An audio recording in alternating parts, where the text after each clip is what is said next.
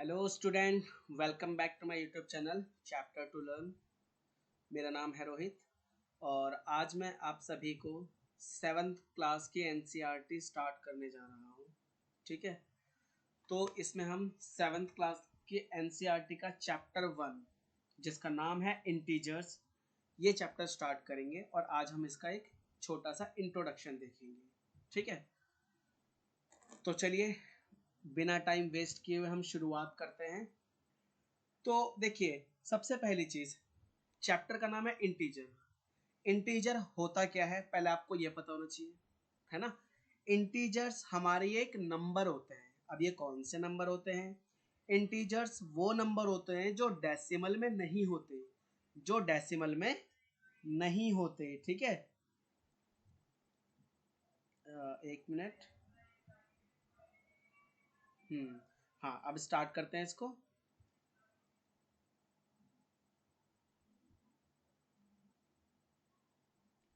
Integers, ठीक है। तो इंटीजर्स क्या होते हैं हमारे? मैंने आपको बताया इंटीजर्स वो होते हैं जो डेसिमल में नहीं होते। ठीक है, अब ये कौन कौन से नंबर है जो डेसिमल में नहीं होते, है ना। आइए इसको समझते हैं। जैसे 2, 3, 4, 5, बिल्कुल 1 भी होता है। ठीक है, 1, 2, 3, 4, 5, 6, 7 एंड सो ऑन। या फिर माइनस में भी कह सकते हैं, -1, -2, -3, -4, -5, -6। ये सब क्या है? ये सभी हमारे इंटीजर्स होते हैं। ठीक है, अप टू इन्फिनिटी ये सभी नंबर्स हमारे क्या होते हैं? इंटीजर्स होते हैं। तो इंटीजर्स कौन से नहीं होते?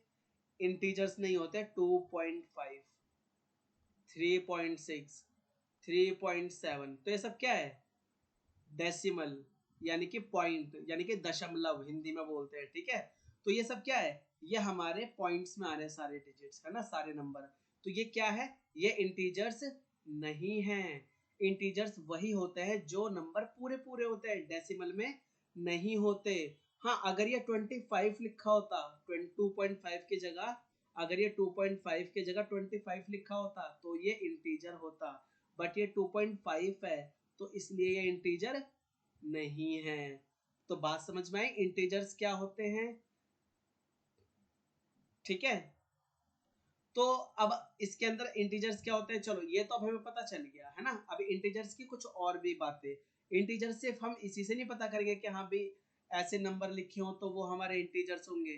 अभी इंटीजर्स में और भी कुछ चीजें होती हैं जो इस तरह से नहीं लिखे होते बट फिर भी वो इंटीजर होते हैं, है ना। आइए अब उसको भी समझते हैं। जैसे कि मैंने आपको बताया, इस तरीके से जो पूरे पूरे नंबर लिखे होते हैं ये इंटीजर्स होते हैं। लेकिन अगर मैं ऐसे डिवाइड में लिखूं तो अब इसमें कौन इंटीजर और कौन इंटीजर नहीं है, तो हम इसको डिवाइड करके चेक करेंगे। देखो 2 को 4 से काटेंगे तो कितना आंसर आया? 2 आया आपका। लेकिन 2 को 3 से डिवाइड करेंगे तो आंसर क्या आएगा? 1.5 आएगा। अब बच्चे सोच रहे होंगे कैसे आएगा, है ना। तो मैं बेसिक से देखो सारी चीजें कराऊंगा तो इसलिए मुझे ये चीजें भी करानी पड़ेंगी। कुछ बच्चे ऐसे भी हैं आजकल जिनको डिवाइड नहीं आता, तो मुझे डिवाइड भी थोड़ा सिखाना होगा ताकि वो डिवाइड कर सके, है ना। तो जिन बच्चों को आता है वो ये ना सोचे कि मैं क्या करा रहा हूँ। ठीक है, ये उन बच्चों के लिए है जिन्हें ये चीजें भी नहीं आती है। बहुत से स्टूडेंट्स लॉकडाउन की वजह से जो नहीं कर पाए, नहीं सीख पाए सारी चीजें, तो वो अब ध्यान देंगे इस चीज पे। तो ये 4 को मैं 2 से डिवाइड कर रहा हूँ तो देखो कैसे। नीचे वाला नंबर, इसमें जैसे 4/2 है, नीचे वाला नंबर हमेशा बाहर लिखा जाता है और ऊपर वाला नंबर हमेशा अंदर लिखा जाता है। तो अब यहाँ पे टेबल पढ़ो, 4 से कम होना चाहिए, तो 2 2 जा 4। ठीक है, ये आपका 2 2 जा 4 हो गया। अब इसमें हम क्या करेंगे, 4 को 4 से माइनस करेंगे तो क्या है? 0। तो डिवाइड होकर क्या आंसर आया हमारा? 2। तो ये देखो मैंने यहाँ पे 2 लिख दिया, यानी कि 4 को 2 से डिवाइड करेंगे 2 आ गया, है ना। अब अगर मैं 3/2 को डिवाइड करूं तो वही 2 बाहर आएगा और 3 अंदर आएगा। अब 2 करो, देखो 2 1 जा 2 और 2 2 जा 4, 4 ज्यादा हो जाएगा 3 से। तो हमेशा 2 1 जा 2 ही लेना होगा, हमेशा छोटा नंबर लेते हैं ना, क्योंकि इसलिए।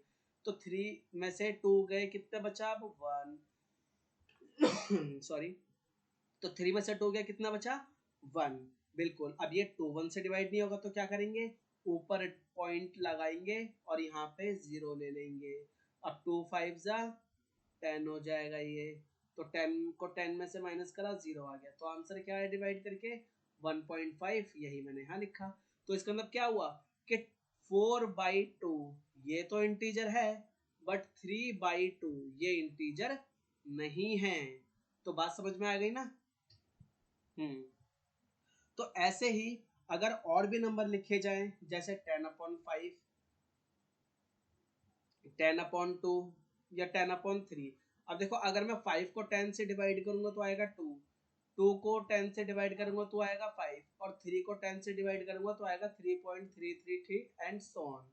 तो यहाँ पे देखो ये इंटीजर आया, ये भी 5 भी इंटीजर आया, बट ये इंटीजर नहीं है। तो आप बता सकते हैं इजीली इंटीजर क्या है और क्या नहीं है। ठीक है, तो हमने इंटीजर के बारे में सीख लिया है ना, चैप्टर क्या है वो पता चल गया। अब हम इंटीजर जो होते हैं ना, ये जो इंटीजर्स है हमारे नंबर, इनको ही लेके आगे और चीजें सीखेंगे, है ना। तो देखते हैं क्या सीखेंगे अब इसमें। तो देखो इसमें क्या है, हमारी कुछ प्रॉपर्टीज है इंटीजर्स की। इंटीजर्स की क्या है, कुछ प्रॉपर्टीज है। तो देखते हैं क्या क्या प्रॉपर्टीज है।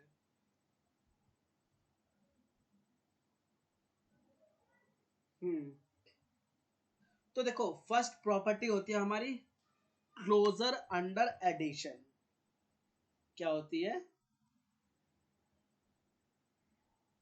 क्लोजर, एक मिनट मैं सही से लिख देता हूँ थोड़ा सा। क्लोजर अंडर एडिशन, ठीक है। अब इसमें क्या होता है, ये क्या प्रॉपर्टी है ना, क्लोजर अंडर एडिशन का मतलब क्या है। क्लोजर अंडर एडिशन का मतलब होता है कि अगर हम दो इंटीजर्स नंबर को जोड़ें तो क्या आंसर आएगा आपका 7। तो जो आंसर आएगा वो भी आपका इंटीजर ही होगा। समझ में आई क्या बोला मैंने। मैंने कहा कि क्लोजर अंडर प्रॉपर्टीज वो प्रॉपर्टी होती है जिसमें जब हम दो नंबर को जोड़ते हैं तो नंबरों को जोड़ के भी इंटीजर ही आना चाहिए, दो इंटीजर्स को जोड़कर इंटीजर ही आना चाहिए। इसे ही बोलते हैं क्लोजर अंडर एडिशन, ठीक है। अब जैसे कि मान लो अगर मैं -7 + 3 अगर इसे ले लूं तो देखो -7 + 3, तो आपको पता है माइनस प्लस क्या होता है, माइनस प्लस माइनस हो जाता है। तो 7 में से 3 गए तो 4 बचा, और 4 माइनस का, क्योंकि माइनस की संख्या बड़ी है ये, है ना, तो जो बड़ा होता है वही निशान आता है। तो 7 में से 3 गए 4 आ गया, तो ये क्या है, ये भी तो इंटीजर ही है हमारा, बट ये नेगेटिव इंटीजर है और ये पॉजिटिव इंटीजर है। इंटीजर दो तरह के होते हैं, एक होता है नेगेटिव इंटीजर, एक होता है पॉजिटिव इंटीजर। तो ऊपर वाला पॉजिटिव हो गया, नीचे वाला नेगेटिव हो गया, बट आया तो इंटीजर ही ना। बिल्कुल, तो यही है क्लोजर अंडर एडिशन। यही प्रॉपर्टी होती है कि इंटीजर्स को जोड़कर इंटीजर ही आता है। पहली प्रॉपर्टी समझ में आई। दूसरी होती है क्लोजर अंडर सब्ट्रैक्शन। दूसरी क्या है, मैं यहीं पर लिख देता हूँ, एक कोई क्लोजर एडिशन, यहीं पर सब्ट्रैक्शन लिख देता हूँ मैं। तो ये हो गई क्लोजर अंडर सब्ट्रैक्शन। अब इसमें क्या होगा, इसमें वही कि दो नंबरों को माइनस करेंगे, क्योंकि सब्ट्रैक्शन आ गया ना, सब्ट्रैक्शन का मतलब क्या होता है, माइनस करना, है ना। तो 7 - 2 = 5, 3 - 5 = -2, क्योंकि प्लस माइनस हो जाएगा। 5 में से 3 गए, 2 बचा, बड़ा कौन 5, इसलिए माइनस का 5। इसमें बड़ा कौन है 7 या 2, बिल्कुल 7 बड़ा है, इसलिए प्लस का, तो प्लस का ही निशान रहेगा, ठीक है। प्लस का निशान हम लगाते नहीं है, ठीक है। तो 5 और 2 आपका आंसर आ गया। तो समझ में आ गई दोनों प्रॉपर्टी, क्लोजर अंडर एडिशन समझ में भी आ गया, क्लोजर अंडर सब्ट्रैक्शन भी समझ में आ गया, ठीक है। दोनों में यही है कि दो इंटीजर्स को चाहे जोड़ो, चाहे घटाओ, या चाहे प्लस करो चाहे माइनस करो, आना आपका इंटीजर ही है, ठीक है। चलो अब आता है नेक्स्ट प्रॉपर्टी पे, जो है आपकी कम्यूटेटिव प्रॉपर्टी, ठीक है। अब देखते हैं कम्यूटेटिव प्रॉपर्टी क्या है आपकी।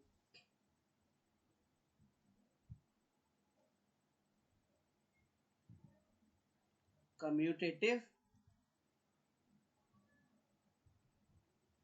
प्रॉपर्टी, ठीक है। अब ये कम्यूटेटिव प्रॉपर्टी क्या होती है, चलो देखो कम्यूटेटिव प्रॉपर्टी में क्या होता है, अगर दो इंटीजर को, जैसे अगर a + b है, अगर मैं इन दोनों को प्लस करूंगा तो आंसर वही आएगा जो b + a को करने पे आएगा, ठीक है।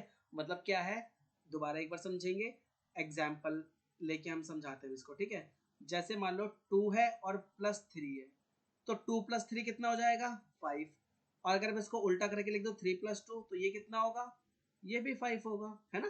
तो इसका मतलब क्या है कि चाहे आप 2 + 3 लिखो चाहे लिखो 3 + 2, आंसर दोनों का बराबर ही आएगा, यानी कि ये दोनों चीजें बराबर ही होती हैं।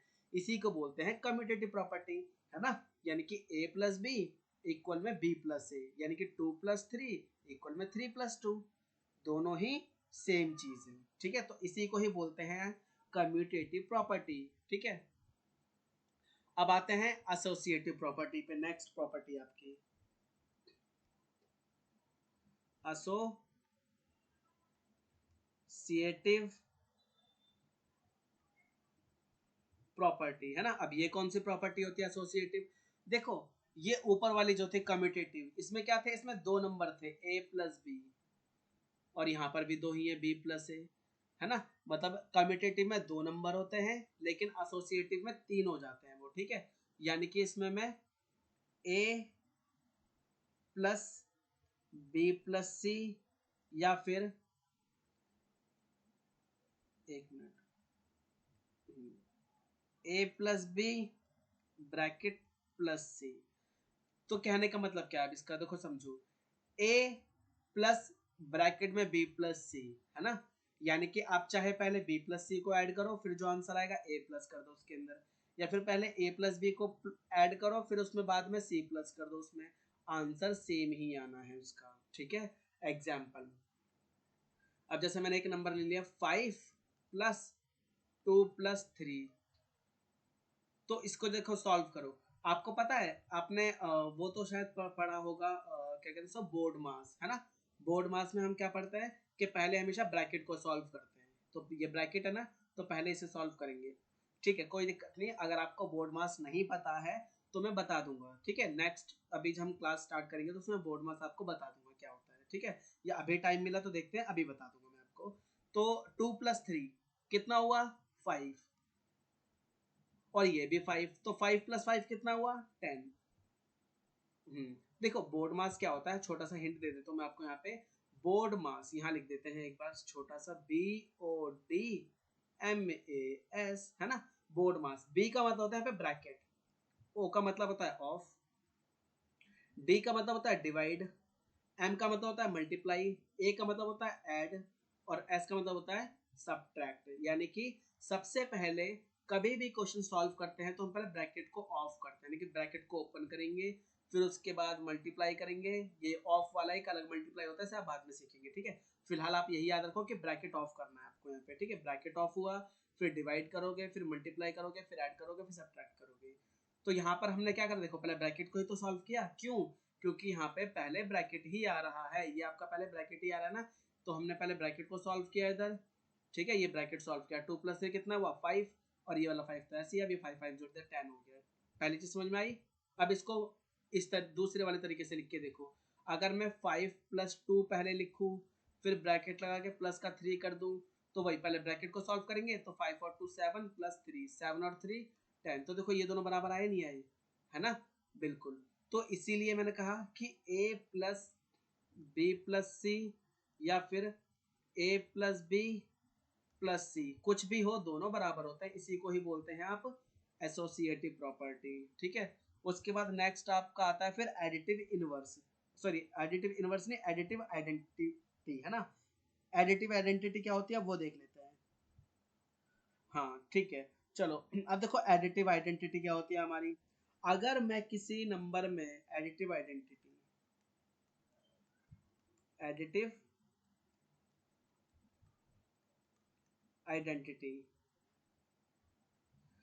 देखो अब ये क्या होती है हमारी एडिटिव आइडेंटिटी। देखो हाँ, एक्चुअली क्या है ना, इसमें अभी मेरी थोड़ी सी राइटिंग अभी इम्प्रूव नहीं हुई है। अभी मैंने चैप्टर मतलब एक तरीके से अपना चैनल स्टार्ट करा है, तो धीरे धीरे करके थोड़ा सा इम्प्रूव होगा, है ना। हाँ तो अभी थोड़ा सा आपको इसी से ही करना होगा थोड़ा सा, है ना। लिखते लिखते फिर धीरे धीरे मैं कोशिश कर रहा हूँ अपनी इम्प्रूव करने के लिए राइटिंग को, जिससे कि और अच्छा मैं लिख सकूँ आप लोगों के लिए। चलिए स्टार्ट करते हैं एडिटिव आइडेंटिटी। देखो एडिटिव आइडेंटिटी क्या होती है, A+0, मतलब अगर किसी नंबर में 0 प्लस करूं तो वो नंबर ही आ जाता है। ठीक है, मतलब क्या हुआ कि a+0 लिखा हो उसका आंसर भी a ही आएगा, या 0+a लिखा हो उसका आंसर भी a ही आएगा। जैसे कि 3+0 इक्वल में 3 ही आया, तो देखो a को मान लो 3 है ना, और ये 0, तो a की जगह मैंने क्या रखा 3, 0 की जगह 0, तो यहाँ पे क्या बोल रहा है, अगर a है तो a ही आना चाहिए, तो देखो 3 की जगह 3 तो आया यहाँ पे। ऐसे ही अगर मैं यहाँ पे 0+3 लिखूंगा तब भी सॉल्व करके यहाँ पे 3 आएगा आपका, है ना। तो यही होती है आपकी एडिटिव आइडेंटिटी, यानी कि मैं मतलब 0 में कुछ भी प्लस करूं चाहे कुछ भी माइनस करूं, आंसर आपका वो नंबर ही आएगा, है ना, जो है 0 का कोई मोल नहीं रहेगा इसके अंदर। ठीक है, तो आज के लिए यहीं तक रखते हैं। ठीक है, कल इसके कुछ एग्जाम्पल वगैरह होंगे तो वो हम ट्राई करेंगे, और भी कुछ चीज़ें, और हो सका तो एक्सरसाइज कल स्टार्ट करेंगे, और कल मैं आपको बोर्ड मास भी बताऊंगा। ठीक है, प्रॉपर कि हाँ पे बोर्ड मास हमारा होता क्या है। ठीक है, कल ये आपको बताऊंगा। तो मेरी उस वीडियो को देखने के लिए कोशिश कीजिए कि आप सभी मेरे YouTube चैनल को सब्सक्राइब कर लें और लाइक भी करें, और मेरे बेल आइकन को मतलब मेरे YouTube चैनल के बेल आइकन को क्लिक कर लेना, जिससे आपको मेरी वीडियो सबसे पहले मिल जाए। ठीक है, तो आज की क्लास इधर ही ओवर करते हैं अब हम।